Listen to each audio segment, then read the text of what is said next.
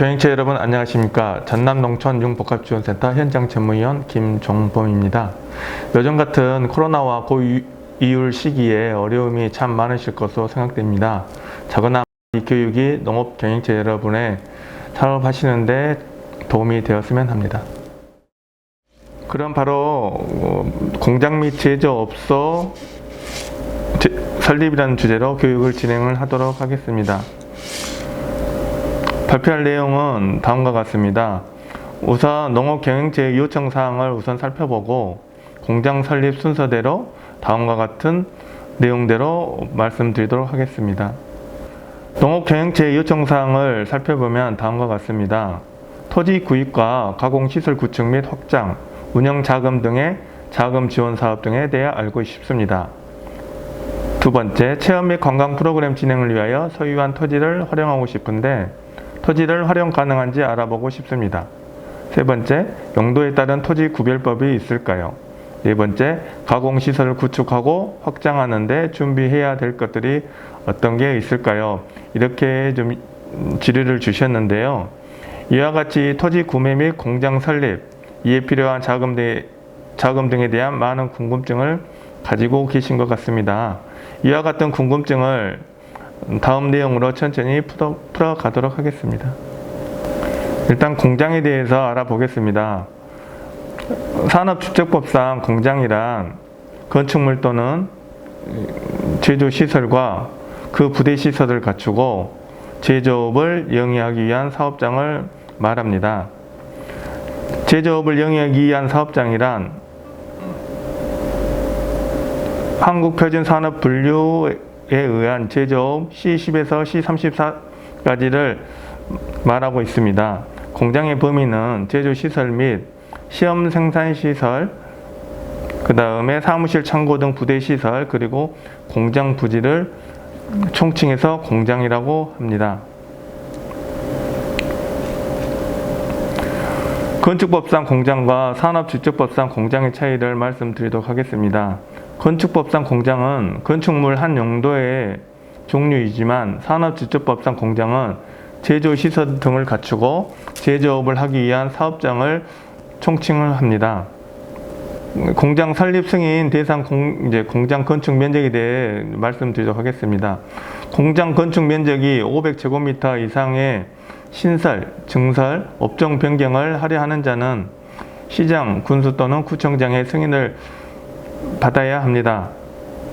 이때 공장 건축 면적은 제조시설로 사용되는 기계 또는 장치를 설치하기 위한 건축물의 각 층의 바닥 면적과 5개 공작물의 수평 투영 면적을 합산한 면적을 말합니다. 이때 실제로 큰 공장 부지를 구매하고 공장을 작게 설립하여 부동산 투자 목적으로 활용하는 것을 방지하기 위하여 업종별로 최소한의 건축 면적을 정해 놓았습니다. 이를 기준 공장 면적률이라고 말하며 계산식은 기준 공장 면적률은 기준 공장 건축 면적 나누기 공장 부지 면적 곱하기 100으로 계산을 하게 됩니다. 만약 동일 공장에서 이종 업종 제품을 동시 생산할 경우 업종 간에 명확히 구분이 곤란하다고 인정될 때는 매출액이 큰 업종의 기준 공장 면적을 따릅니다.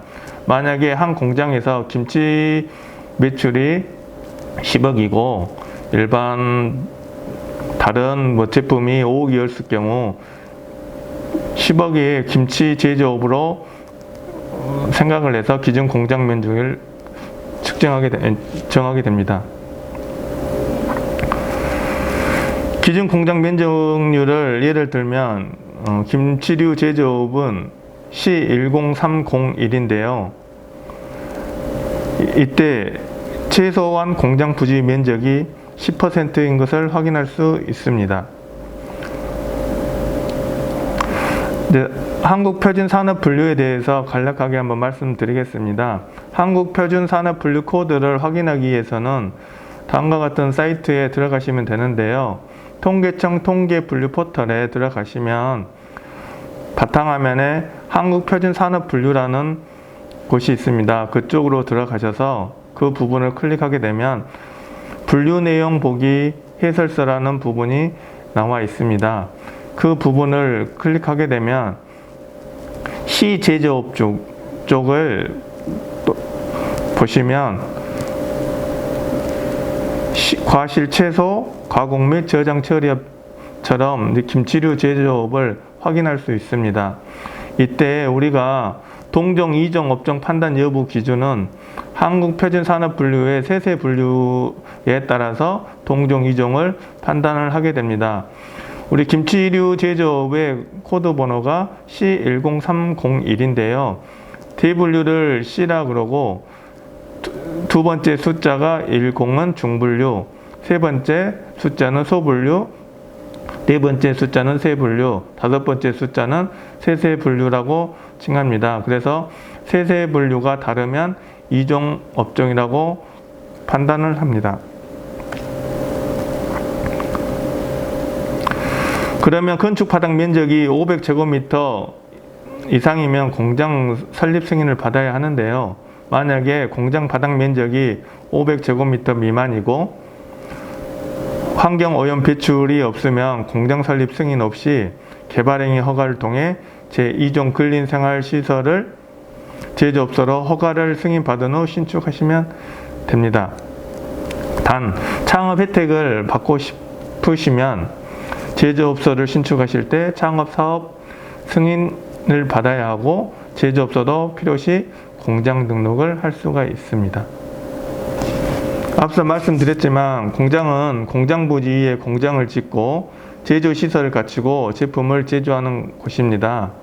우리가 건물을 신축할 때를 보면 첫 번째 전답, 산지 등을 부지를 구매한 후에 토지를 성토 작업, 그다음에 절토, 정지 작업을 통해 형질 변경 같은 것을 진행을 하게 되는데요. 여기에 건물을 또한 올리게 됩니다. 이처럼 전답 등을 개발 행위를 하기 때문에 국토계획법에 의한 개발 행위 허가를 받아야 하고 농지나 산지를 대지로 지목 변경을 하기 때문에 농지법에 따라 농지 전용 허가, 산지법에 따라 산지 전용 허가를 받아야 합니다. 또한 부지 위에 공장을 설립을 하기 때문에 건축법을 또 허가를 또 받아야 합니다. 게다가 공장 설립은 추가로 산업집적법에 따라 공장 설립 승인을 받거나 중소기업 창업지원법에 따라 창업사업계획 승인을 받아야 하기 때문에 이와 같은 행위를 동시에 진행하거나 단계적으로 진행하면서 공장을 설립하게 됩니다. 공장 설립 진행 및 승인 절차를 신청인 위주로 해서 말씀을 드리겠습니다. 우선 공장을 설립을 하기 위해서는 입지를 결정을 하여야 되는데요. 그 다음에 공장 사업 계획서를 작성을 하게 됩니다. 작성 후 토목설계사무소와 건축설계사무소를 통해 개발행위 허가, 건축허가, 각종 의제 인허가 서류를 준비하고 공장 설립 승인 또는 창업계획 승인을 신청을 하게 됩니다. 그 후로 공장 설립 승인 허가를 받게 되면 토목 및 건축 공사가 완료되고 공장 설립 완료 신고를 하게 되면 공장 등록증을 발급받을 수가 있습니다. 그러면 이제 앞에서는 신청인 위주로 공장 설립 진행 및 승인 절차를 알아보았는데요. 이번에는 관공서에서 공장 설립 승인이 들어오면 어떻게 처리하는지에 대해서 말씀드리도록 하겠습니다. 일단 공장 설립 승인 신청이 신청인이 시군구에 승인 신청서를 제출을 하게 되면 각 해당 관계 부서에서 협의를 하게 됩니다.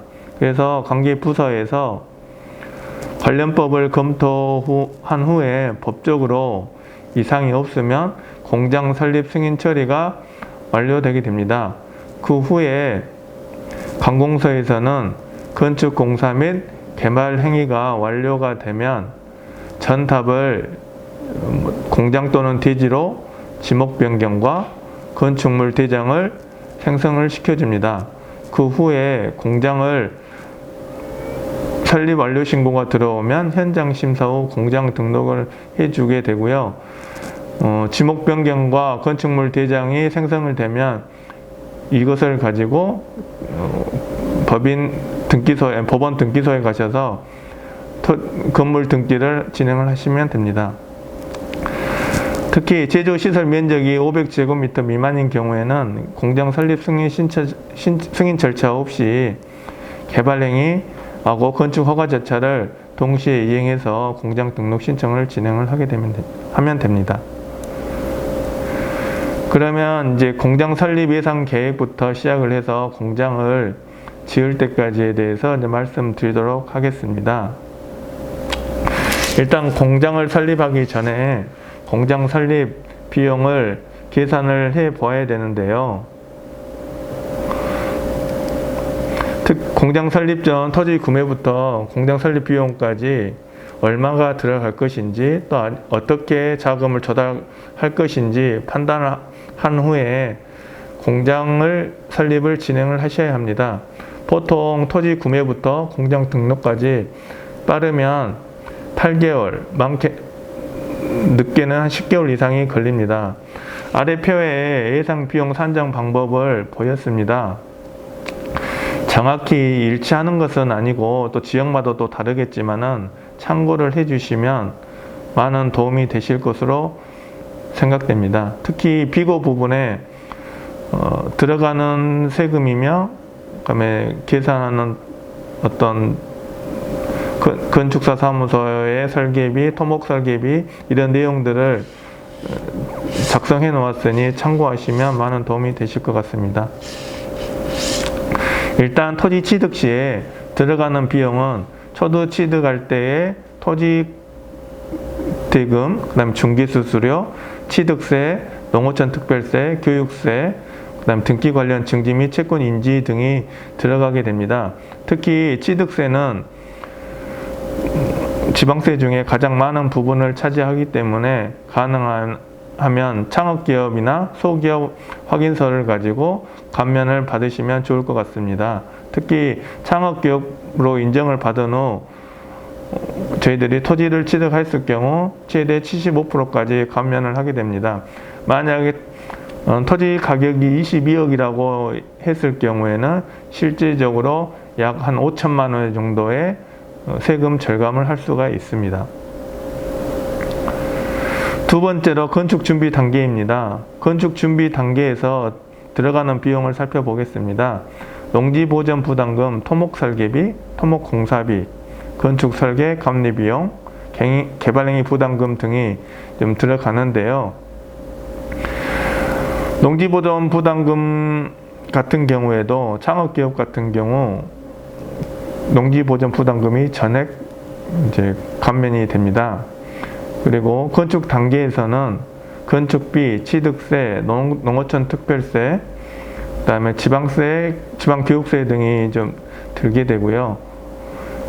그다음에 이제 토목 설계비 같은 경우에는 평당 한 10,000원에서 15,000원 정도 드신다 보시고 토목 및 건축 공사비 같은 경우에는 토목 공사비 같은 경우는 평당 20만 원 정도, 그다음에 건축 설계 감리 비용 같은 경우에는 평당 5에서 6만 원 정도 드신다고 보시면 됩니다. 그리고 건축 단계에서 건축비는 평당 한 200에서 300만 원 정도 드신다는 거 생각하시면 되고요. 특히 해썹 시설이나 어떤 제조 시설이 들어갔을 경우에는 특히 해썹 시설 같은 경우에는 건축비 200에서 300만 원 정도에서 한 최소 100에서 150만 원 평당 더 생각을 하셔야 될 것 같습니다. 이렇게 이제 공장 설립 예상 비용을 산출하였으면 공장 설립 비용 조달 계획을 수립하여야 하는데요. 대표이사 신용에 따라 대출이 어려울 수도 있으며 국세, 지방세, 토목 설계, 건축 설계, 전기 인입 비용, 수도 인입 비용 등 추가 비용이 발생하게 됩니다. 토지 구매 계약 전에 공장 설립 비용 및 자금 조달 계획이 수립된 후 계약을 진행을 해야 되며, 전남 지역 같은 경우 토지 구매 및 시설 구축 시 정책기관 및 은행 대출이 전체 소요 금액의 약 65% 정도라고 생각하시면 되고, 자부담금으로 약 35% 정도 가지고 있어야 공장을 진행을 하게 할 수 있다고 생각하시면 됩니다. 특히 여기에 추가적으로 부가가치세나 뭐 이런 비용들을 추가로 가지고 있으면 공장을 짓는 데는 큰 문제가 없을 것으로 생각이 됩니다.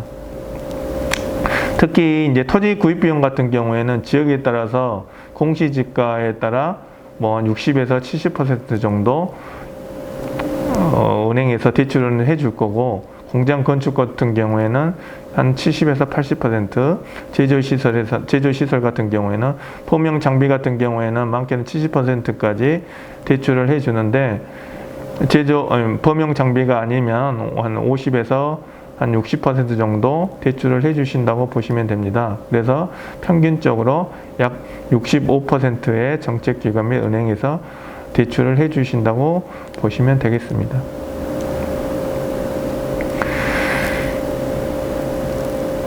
이제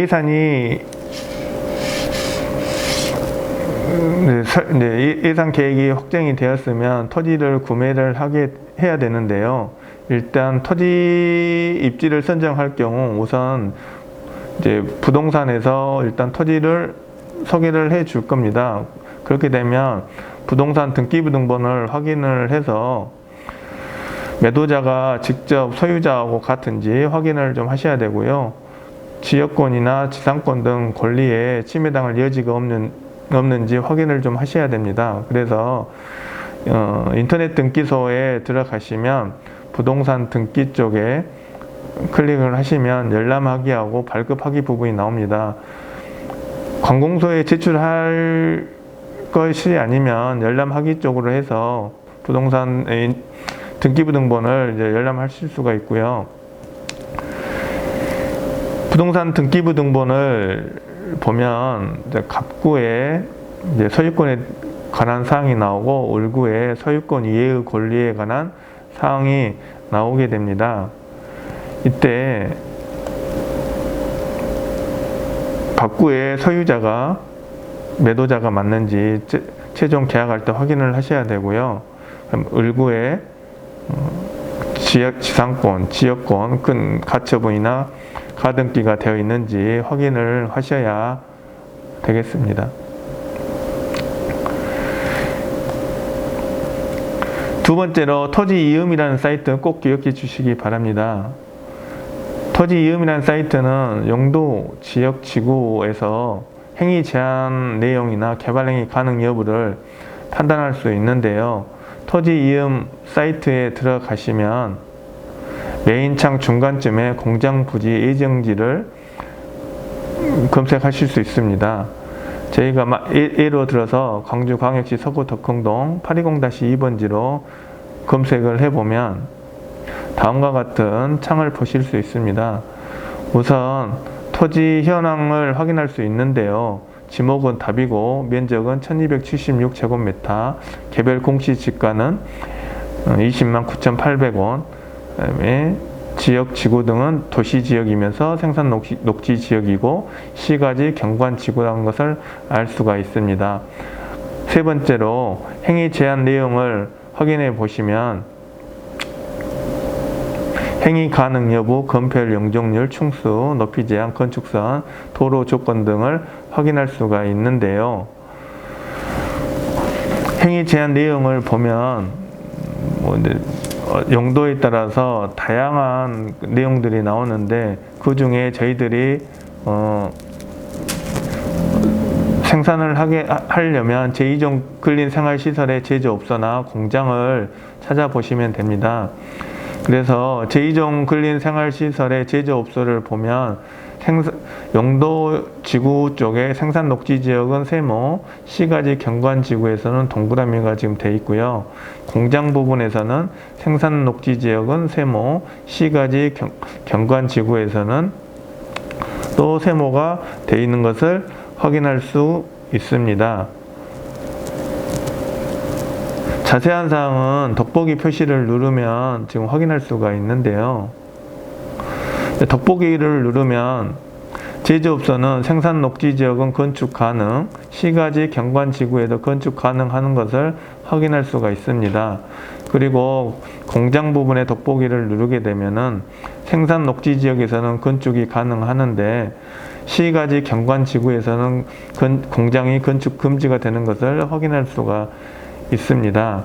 그래서 이 필지에서는 제조업소만 건축할 수 있는 것으로 판단을 할 수가 있고요. 그래서 건축사 이야기할 때도 제2종 근린생활시설 제조업소로 설계를 해 주시라고 부탁을 하시면 됩니다. 혹시라도 토지를 가지고 있으시고 다른 건축 용도로 사용하고자 할 경우에 토지 이음에서 이와 같은 방법으로 확인하시면 됩니다. 세 번째로 이제 도로 조건 확인인데요. 건축법상 공장은 3,000제곱미터 미만인 공장 부지는 도로 폭이 4제곱미터 이상의 도로와 인접해야 되고 진입로가 2m 이상인 확보가 돼야 됩니다. 또한 공장은 3,000제곱미터 이상인 공장 부지는 도로폭 6m인 도로와 인접하고 진입로가 4m 이상 확보되어야 하니 이를 꼭 확인하시고 4m 도로 이상의 4m 이상의 도로와 접해 있고 최소 2m 이상의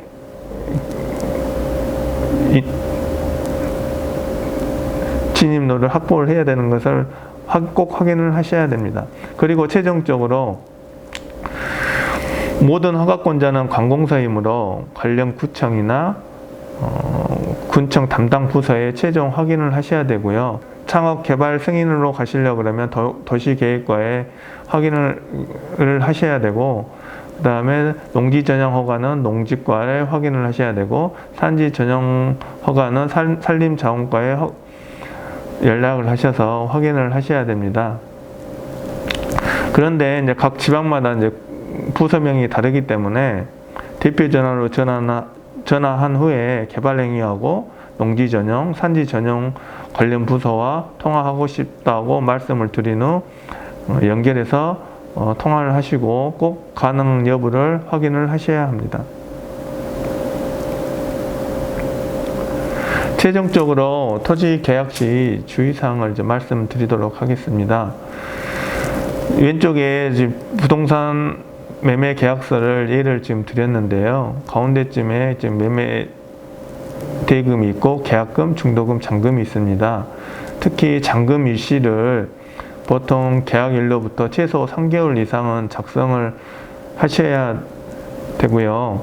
특히 저희들이 이제 토지를 계약을 한 후 설계나 아니면 인허가 사항 중에 민원 등이 발생할 수 있기 때문에 최소한 3개월 이상은 여유를 두셔야 됩니다. 그리고 이제 특약사항에 공모상 면적과 그다음에 실측 면적이 다를 수가 있습니다. 그렇기 때문에 매매 가격을 실측 면적으로 결정하고 경계 측량비는 매도자가 지불한다고 특약사항을 집어넣어 주시면 좋을 것 같고요. 두 번째로 이 부분이 제일 중요한데요.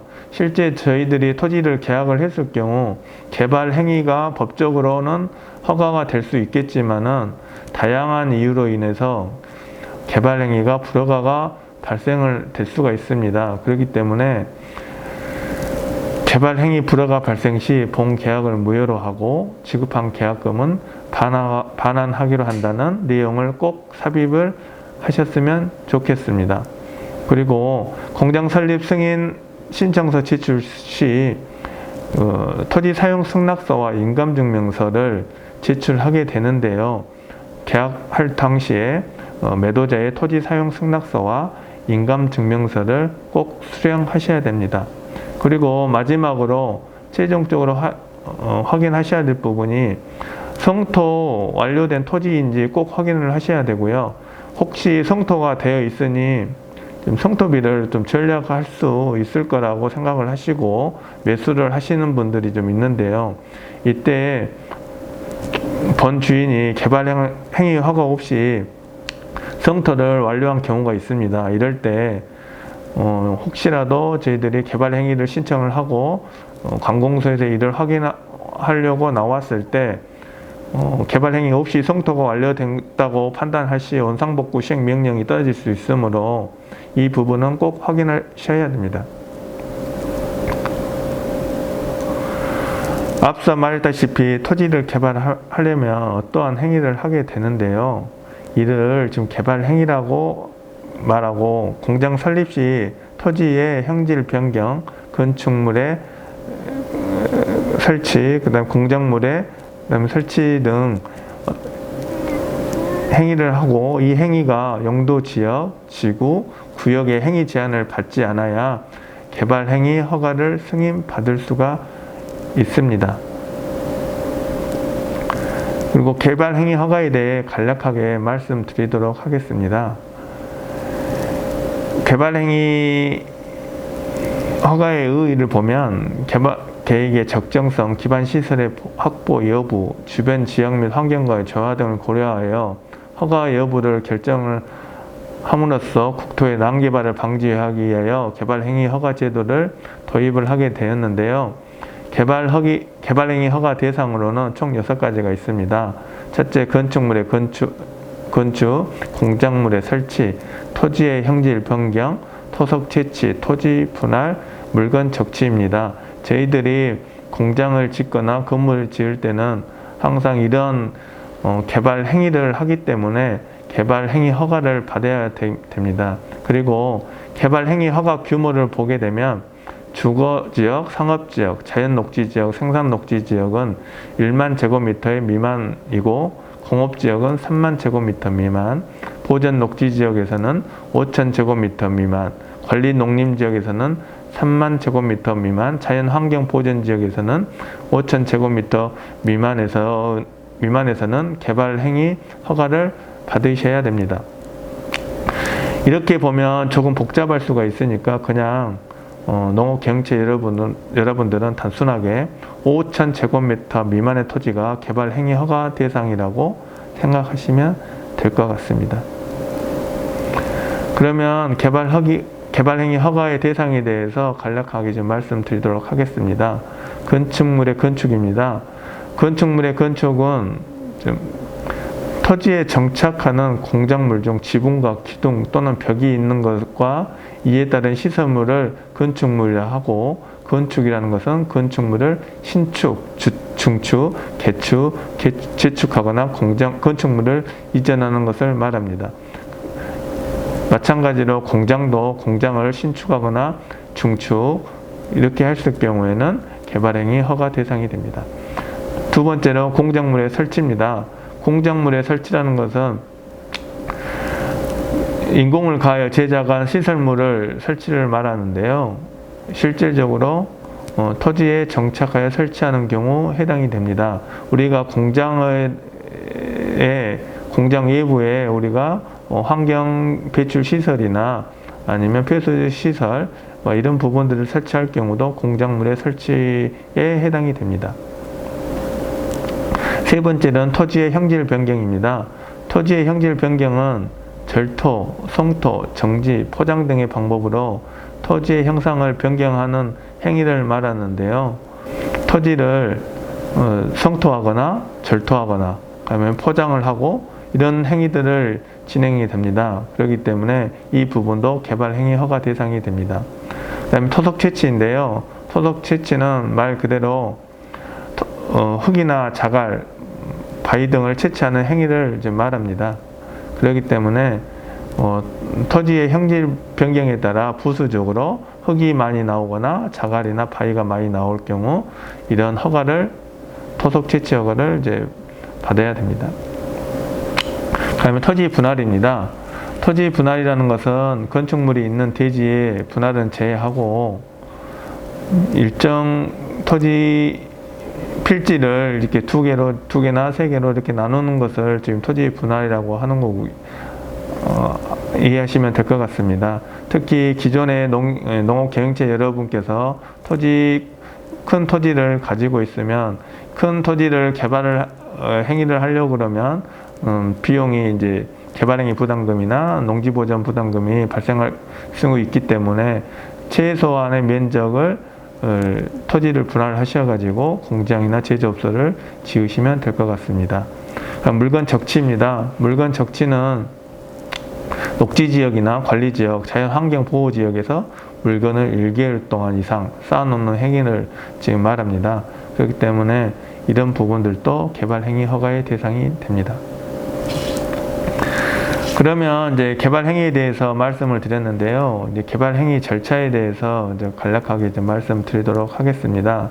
개발행위 절차는 앞서 말씀드렸던 것처럼 공장 설립 승인 절차와 거의 같으며 다른 점은 공장 설립 승인 신청서가 추가로 함께 제출되어야 된다는 점입니다. 그러면 이제 개발행위 허가 절차에 대해서 이제 간략하게 말씀드리겠습니다. 이제 토지가 만약에 선정을 되었으면 개발행위 가능 여부를 이제 검토를 하게 되는데요. 특히 개인으로 지금 개인이나 아니 농업법인 등이 지금 공장이나 제조업소를 이렇게 개발 행위를 하려고 할 경우에는 농지연부가 필요하고요. 일반 법인으로 토지를 구매하려고 했을 경우에는 보통 다른 사람들은 일반 법인은 토지 구매가 불가능하다고 이제 말씀을 하시는데요. 일반 법인도 토지 구매가 가능하게 됩니다. 그런데 이제 일반 법인이 토지는 구매는 가능하게 되는데 부동산 등기상에 저희들이 등기를 하지를 못하게 됩니다. 그렇기 때문에 법인으로 토지를 구매를 안 하시고 개인으로 토지를 구매하신 대표님들이 많이 있으신데요. 일단 개발 행위 허가가 떨어지면 일반 법인들도 부동산 등기를 할 수 있기 때문에 법인으로 꼭 계약을 하시고 토지를 구매를 하시면 될 것 같습니다. 그리고 토지 매매 계약을 체결을 하였으면 총 최소 3, 4개월의 지금 계약 기간을 두라고 말씀드렸잖아요. 그랬을 경우 토지 소유자의 토지 사용 승낙서, 인감 증명서를 지금 꼭 받으시고, 그 다음 개발 행위 완료 후에 소유권 이전을 해야 되므로 잔금 날짜는 최대한 길게 잡는 게 유리하게 됩니다. 많게는 6개월 이상을 잡아도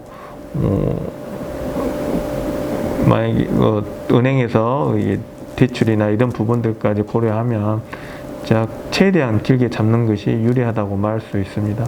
그리고 토목 설계하고 이제 개발 행위를 접수하게 되는데요. 일단 토목 설계서에서 토목 경계 측량과 그다음에 이제 측량을 한 후에 이제 관련 도서를 이제 준비를 해주고 이제 개발 행위를 접수하게 되면 약 30일 정도 소요되신다고 보시면 되겠습니다. 그리고 건축 설계사가 건축 배치도를 좀 작성을 하고 이제 이런 행위들이 한 15일 정도 걸리신다고 보시면 되고요. 그 다음에 개발 행위 관련 각종 세금, 취득세, 농지전용 부담금, 등록면허세, 도로 점용료 등이 이제 발생하게 되는데요. 창업기업 같은 경우에는 이제 취득세 75% 감면, 농지전용 부담금이나 이제 산지전용 부담금, 그다음에 개발행위 부담금은 100% 면제입니다. 그리고 소기업 확인서를 가지고 1000제곱미터 미만의 토지를 개발행위를 할 경우에는 농지전용 부담금과 취득세는 감면료 혜택은 없는 부분이고, 농지전용 부담금과 개발행위 부담금은 100% 감면이 되니 꼭 이 부분을 확인을 하시면 될 것 같습니다. 그리고 잔금 처리 후에 소유권 이전 및 부동산 등기를 하게 되고요. 만약에 이제 토지 분할 및 합필이 필요할 경우에는 토지 경계 측량을 진행을 해서 이제 토지 분할이나 합필을 진행하시면 될 것 같습니다.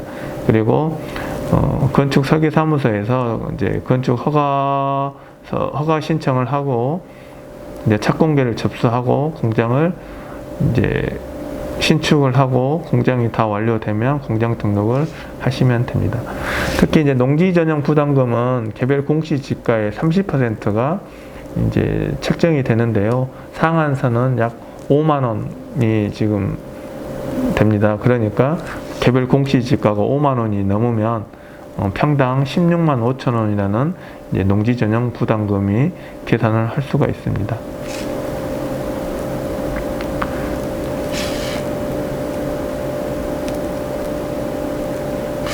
개발 행위에 대해서 이제 말씀을 드렸고요. 지금부터는 공장의 설립 승인에 대해서 말씀을 드리도록 하겠습니다. 공장의 설립 승인이나 창업 사업계획 승인을 신청을 하셔야 되는데요. 공장 설립 승인 신청 시 제출할 서류들을 말씀해 드리도록 하겠습니다. 일단 공장 설립 승인 신청서 또는 창업자들은 창업 사업계획 승인 신청서를 제출을 하게 되고요.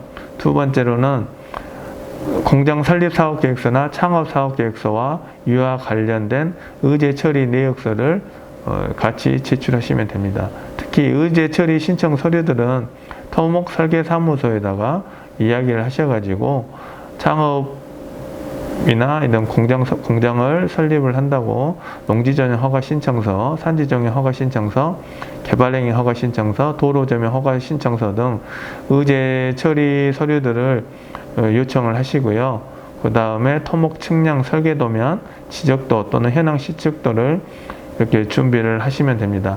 그리고 토지 매매 계약서하고 매도자의 토지 사용 승낙서, 그 다음에 3개월 이내에 인감증명서하고 최종적으로 건축사 사무소에서 진행하는 건축허가 신청서 및 관련 서류들을 합쳐서 관공서에 제출하시면 되겠습니다. 공장 설립 승인 신청서에 대해서 이제 말씀드리도록 하겠습니다. 이제 토지 계약 후에 공장 설립 승인 신청을 하게 되는데요. 이때 제출하는 공장 설립 승인 신청서는 다음과 같고 창업 사업 계획 승인 신청서도 이와 대동소이합니다. 작성할 수 있는 부분들은 이제 크게 어려운 부분들은 없을 것 같고요.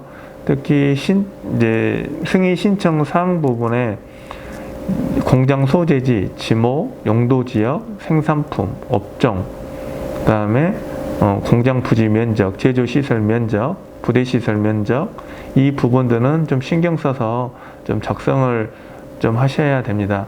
이 부분에 대해서 관공서에서는 승인을 해 줄지 안 할지 이런 부분들에 대해서 검토를 하니까 꼭 신경 써서 작성을 해 주셔야 됩니다. 이제 공장 설립 승인 신청서와 함께 공장 설립 사업계획서 또는 창업 사업계획서를 제출하게 되는데요. 일단 공장 설립 승인 신청서와 같이 작성 시에 업종, 용도 지역, 지목, 건축 면적, 기준 공장 면적률, 용적률 같은 공장 설립 승인의 근거 기준이 되므로 지금 정확하게 작성을 해 주셔야 되고요. 만약에 공장 주소가 필지가 여러 개일 경우에는 여러 필지를 동시에 작성을 해 주셔야 됩니다. 만약에 123-1번지 외에 다른 두 필지가 더 있다고 그러면 무슨 동 123-1번지에 두 필지 이렇게 공장 주소에 작성을 해 주시면 되는 부분이고요. 용도 지역도 이제 토지 이음에 보시면 이제 용도 지역, 지구, 그다음에 구역 이렇게 지금 나와 있는데요. 이런 부분들을 다 작성을 해 주시면 됩니다. 그다음에 만약에 용도 지역이 계획 관리 지역이다. 그다음에 지구는 개발진흥지구다. 구역이면 수산자원보호구역이다. 이렇게 나와 있으면 토지 이음에서 확인을 하시고 그대로 정확하게 기입을 해 주시면 됩니다. 만약에 지목의 이제 전이다, 답이다 이렇게 했을 경우 전 또는 답 이렇게 또는 아니면 보전산지 아니면 이런 식으로 정확하게 작성을 해 주시면 되고요. 최종적으로 공장 건축 면적입니다. 제조시설하고 이제 부대시설하고 이렇게 나눠지는데요. 제조시설은 우리가 흔히 말하는 이제 제품을 제조하는 시설을 말씀드리는 부분이고, 부대시설은 사무실, 회의실 이런 부분들을 말씀을 드리니까 이런 부분들을 정확하게 구분을 하셔서 이제 작성을 하시게 됩니다. 특히 기준 공장 면적률이 제일 중요한데요.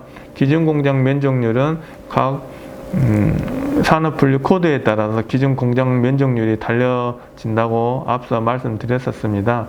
그렇기 때문에 산업분류 코드에 맞는 기준 공장 면적률을 작성을 하시게 됩니다.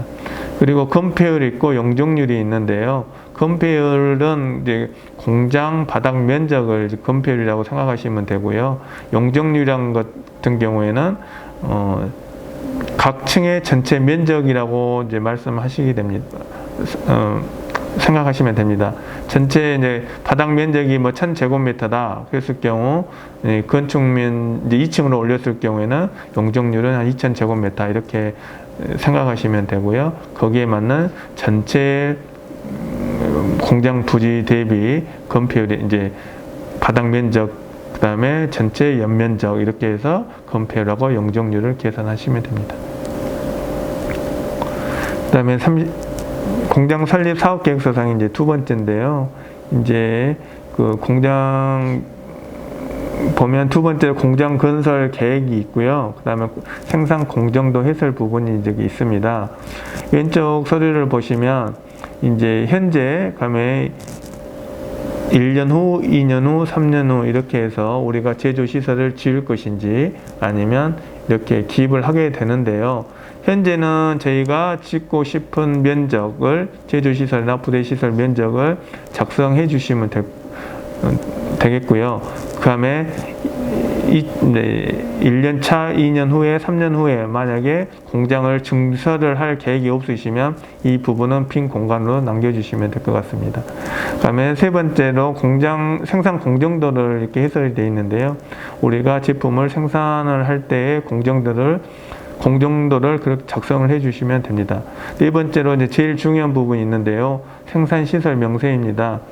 이 부분은 이제 용량은 가능한 마력수로 표시를 해 주셔야 되고요. 그 다음에 마력수가 힘들면 톤수로 이렇게 작성을 해 주셔야 됩니다. 특히 이 지금 생산 시설 같은 경우에는 환경 배출 시설 설치의 판단 기준이 되기 때문에 정확하게 좀 작성을 해 주셔야 됩니다.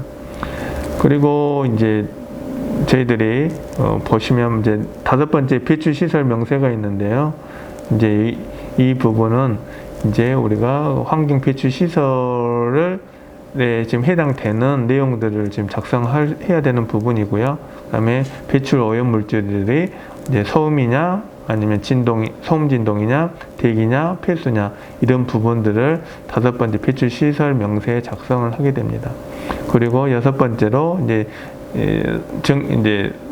용수를 얼마나 쓸 건지, 그다음에 전력을 얼마나 쓸 건지 이런 부분들도 이제 작성을 해서 저희들이 공장 설립 사업 계획서를 작성을 하게 됩니다.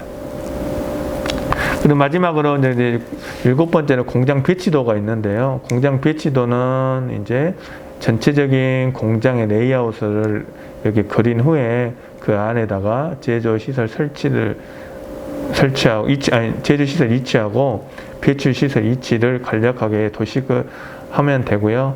이 부분들은 이제 최종 사용 승인 시 관공서에서 현장 실사가 나올 경우 이 부분을 토대로 해서 이제 현장 실사를 하게 됩니다. 그러니까 가능하면 좀 정확하게 공장 배치도를 좀 그려주시면 될 것 같습니다.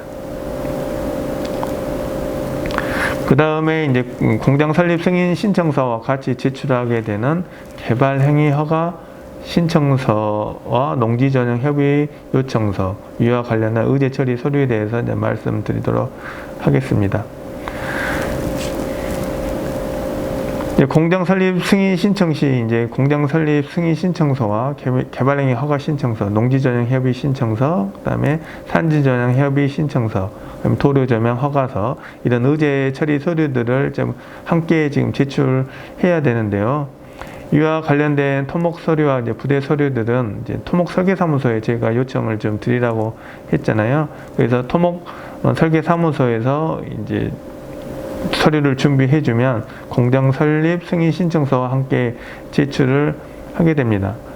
이랬을 경우 이제 밑에 보면 이제 개발 행위 목적, 농지 전용 목적에 이제 우리가 제2종 근린생활시설 제조업소로 이제 저희들이 신축을 하겠다. 그랬을 경우에는 제2종 근린생활시설 제조업소 신축에 따른 부지 조성공사 이러한 이제 행위 목적으로 해서 이제 개발행위 목적, 농지 전용 목적으로 해서 개발행위 허가 신청서를 작성을 하게 되고요.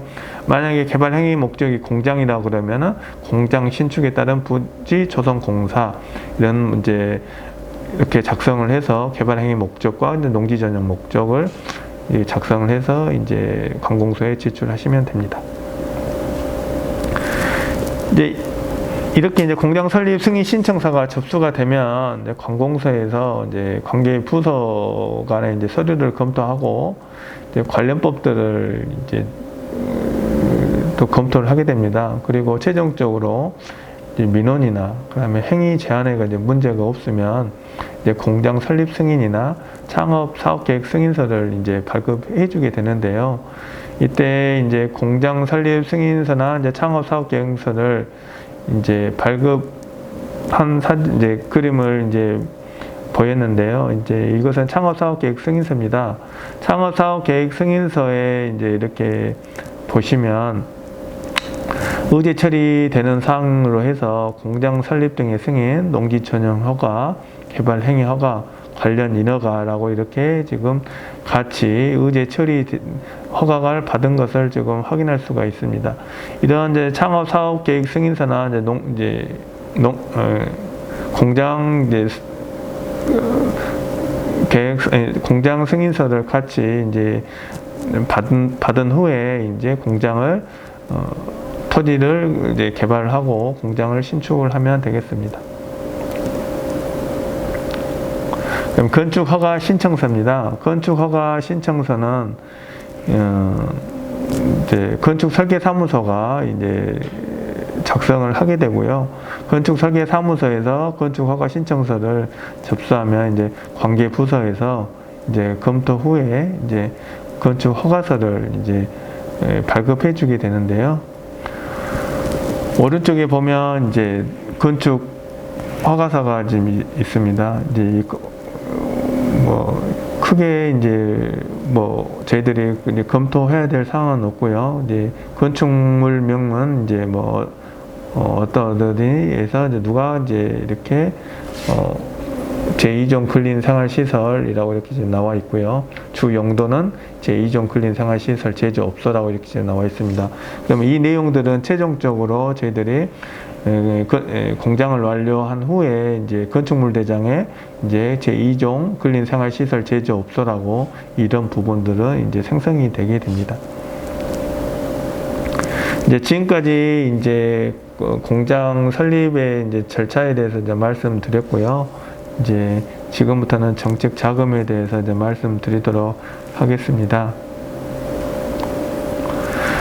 이제 정책 자금에 대해서 말씀드리자면 아주 긴 시간이 지금 소요됩니다. 그래서 여기에서는 이제 많은 것을 이제 말씀드리기는 이제 힘들고요.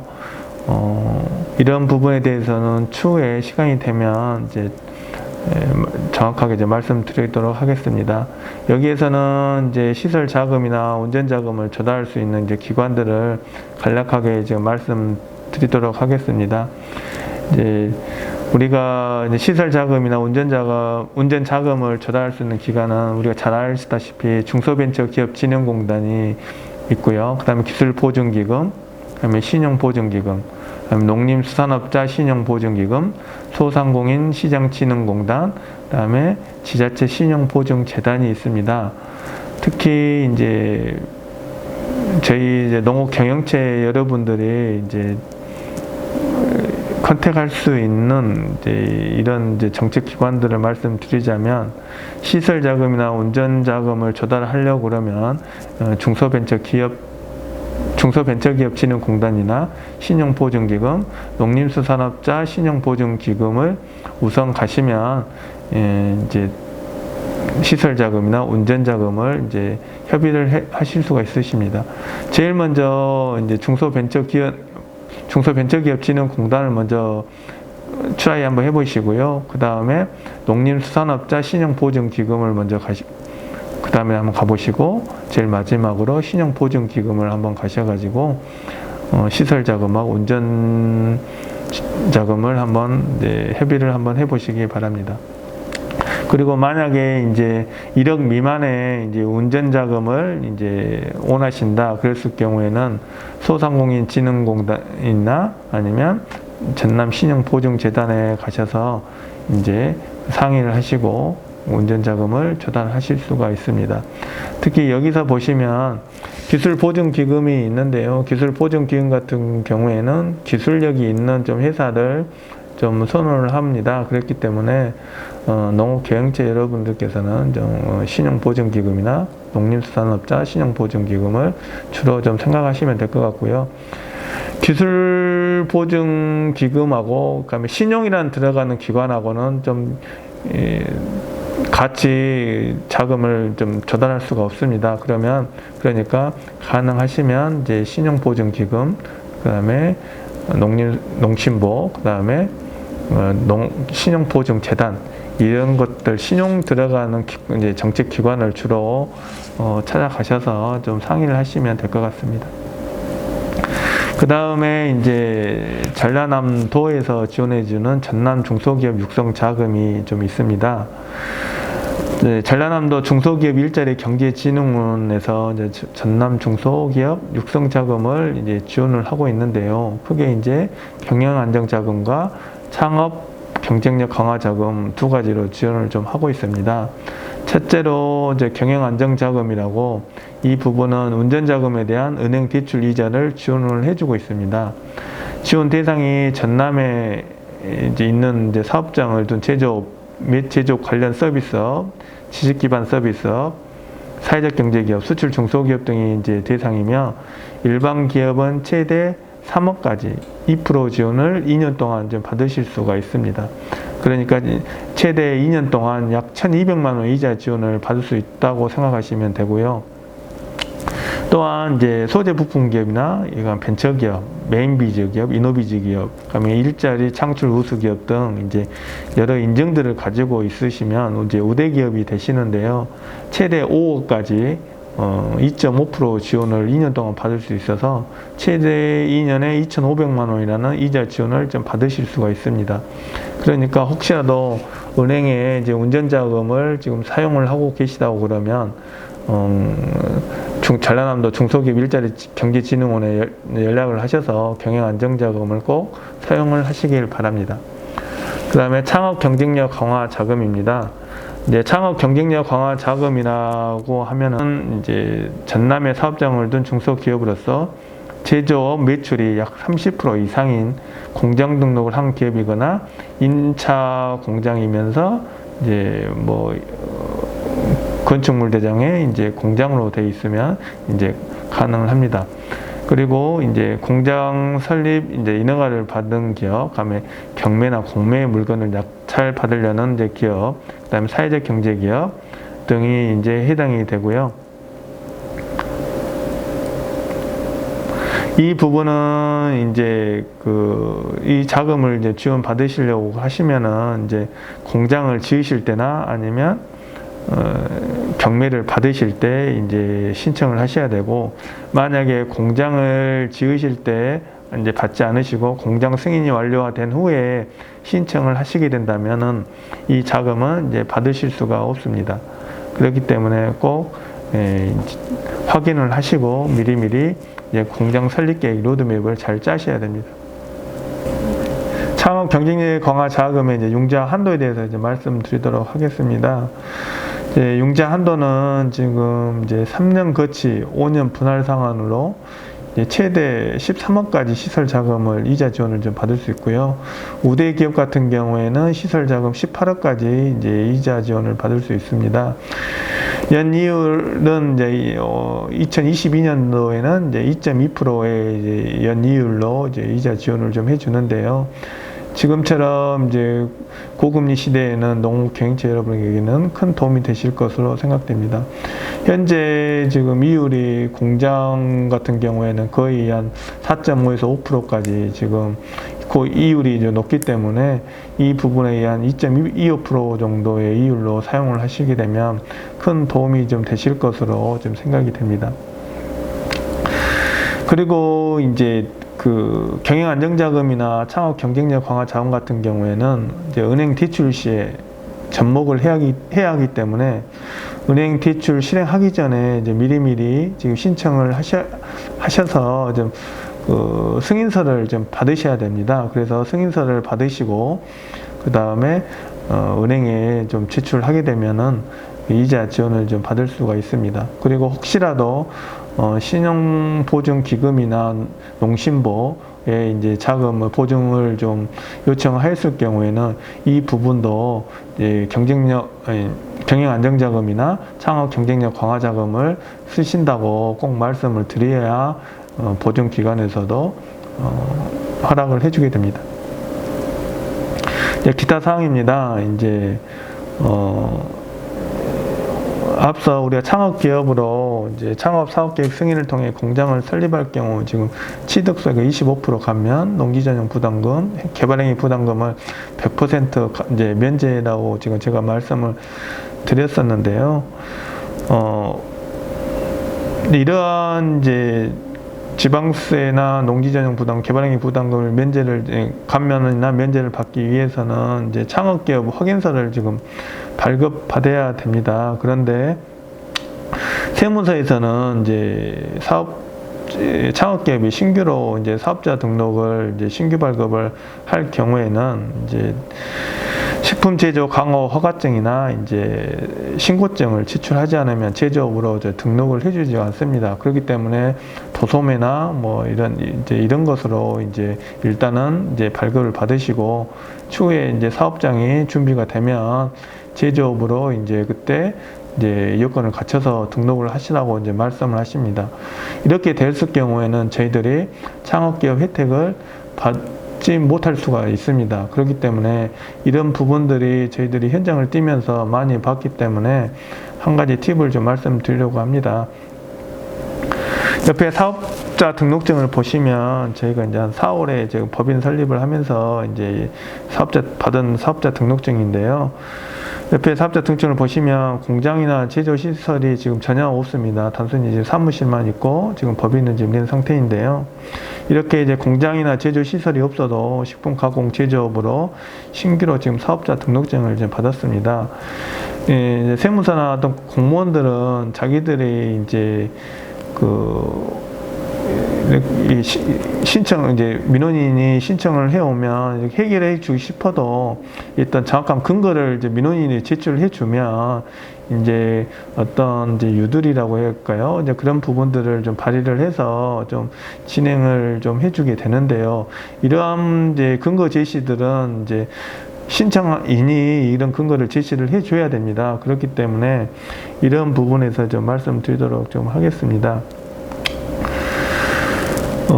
이제 우선 세무서 창구에 좀 가시면 이제 공장 설립을 하려고 저희들이 이제 공장 설립을 해서 제조업을 이제 하려고 창업을 하였다고 이렇게 말씀을 하시고요.